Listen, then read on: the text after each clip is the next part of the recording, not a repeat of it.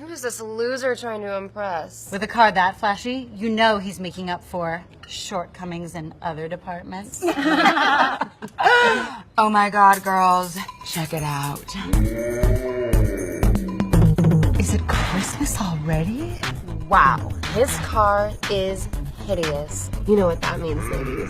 Definitely undercompensating. This video is sponsored by Squarespace, the easy and reliable way to build a website for yourself or your business. Use my code POTENTIALHISTORY for 10% off your first Squarespace order, but more on that a little bit later. This has probably been my most requested video ever, to cover the Bob Semple in more than just a little blurb at the end of a Meme Tanks video.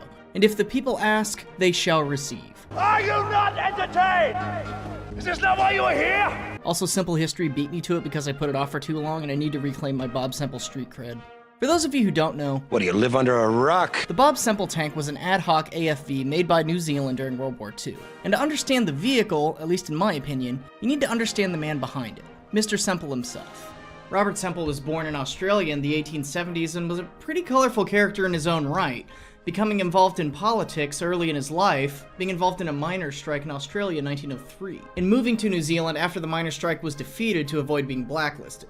In 1907, he became the president of the Rununga Miners Union and was jailed in 1913 and 1916 for supporting the general strike and fighting overseas conscription during World War I, respectively. To put it into a few words, he was definitely an activist who took action when he thought it was necessary, eventually becoming Minister of Works of New Zealand under the Labour Party. And this is only a handful of accomplishments, but it gives you a pretty good picture of who he was and explains his actions and what we're about to talk about.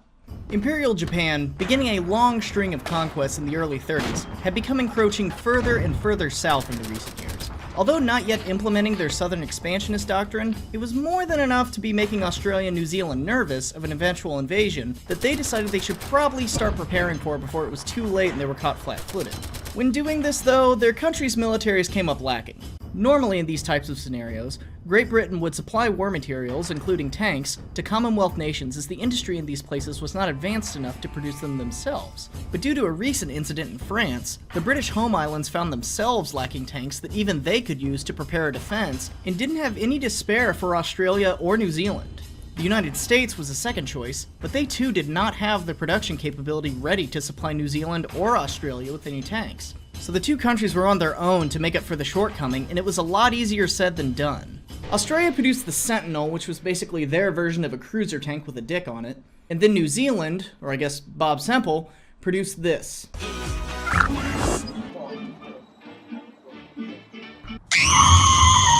Taking a long look at what materials his country had to offer, he built a tank on the chassis of a D8 Caterpillar tractor armed with 6 Bren guns housed inside a metal box covered in corrugated armor, with one of the guns in a revolving turret that was hoped to have some kind of cannon in it, possibly an American 37mm gun, but was replaced by one of the 6 Bren guns due to a limited supply of the 37mm. And I know what you're probably thinking.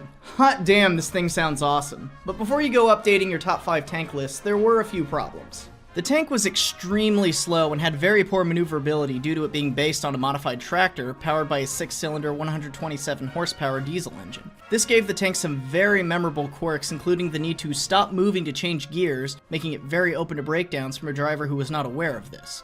The crew layout was also subpar, with one of the gunners having to lay on top of the engine with some sort of covering when operating his gun. As well, there was only one hatch in the rear of the vehicle for the entire crew to get out of, as there was not one in the turret. Or at least there wasn't in the one shown in this footage here, which you can see from this still.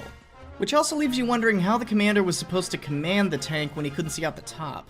And these are just the big faults in the design, and there are many more, but listing all of them would get old fast. In total, 3 units were completed that underwent trials and were shown off to the New Zealand people, who instead of gaining confidence in their ability to defend themselves from the Japanese onslaught, mocked the vehicle for how utterly ridiculous it looked and how incapable it was. The press and Mr. Semple's political enemies had a field day making fun of the vehicle, somewhat justifiably so, with Bob striking back saying in essence, "I don't see anyone else coming up with any ideas." The vehicle never saw service as Japan never invaded, and by late 1941 the British had begun sending tanks to defend New Zealand, and Semple's design was no longer needed. Now it's very easy to make fun of this tank, and many people have branded it the worst tank ever made. But whether that's true or not, this tank is honestly an accomplishment for Bob Semple and New Zealand itself. When faced with a problem, he and the country rose up and did the best they could to find a solution. doing something never attempted before in a place not the most suited to do it, refusing to roll over and be helpless. And I think it's a testament to the tenacity of the country and its people to do what they could in a time of need. But there was one area this tank might have excelled in, being a psychological weapon. You're a Japanese soldier, fresh off a long string of conquests with relatively modern equipment by your side. You get off your landing craft, you land on the beaches of New Zealand, then suddenly you see a bunch of pissed off Kiwis supported by this thing coming to rip your eyes out. And this trash can with tracks has somehow given them the confidence to go do this. And you gotta be second guessing what it's capable of to give them this sort of confidence. That might be enough to make you think twice and pack it up and go home before you figure out what this thing's packing to give the New Zealanders the balls to face you down like that. Even though in reality the New Zealanders are just a bunch of mad lads who will use literally anything, including this hunk of junk, to kick you off their island. So it may have turned out in reality to be not that bad of a weapon if it got used. Probably not. Once they weren't needed anymore, the Semple tanks were converted back to regular tractors, with one of them eventually seeing some service in the Pacific. So unfortunately, there's not one of these left that you can see in all of its glory today.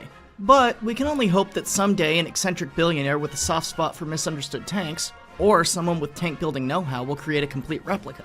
I mean, I'm not telling anyone to undertake such a big project unless they really want to, but I'd donate to that Kickstarter.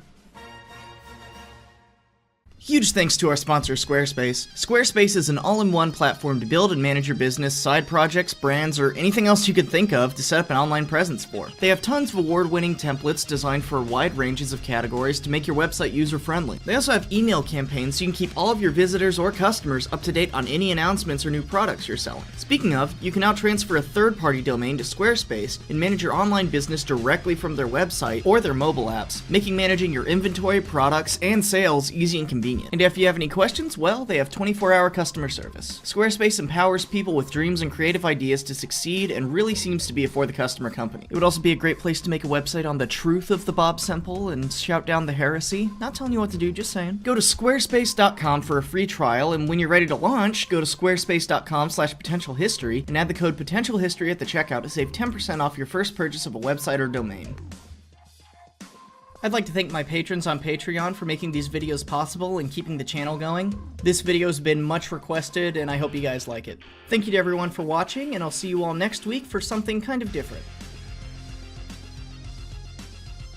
The test began well, with the tank easily killing a tree and moving forward on a small road made of tree trunks. Problems began though when it continued on into some softer marshy terrain, and its rear wheel began sinking into the ground, followed quickly by the forward two due to all 60 tons of the thing being distributed amongst 3 very narrow pressure points on the ground. Makes it for the Pharaohs.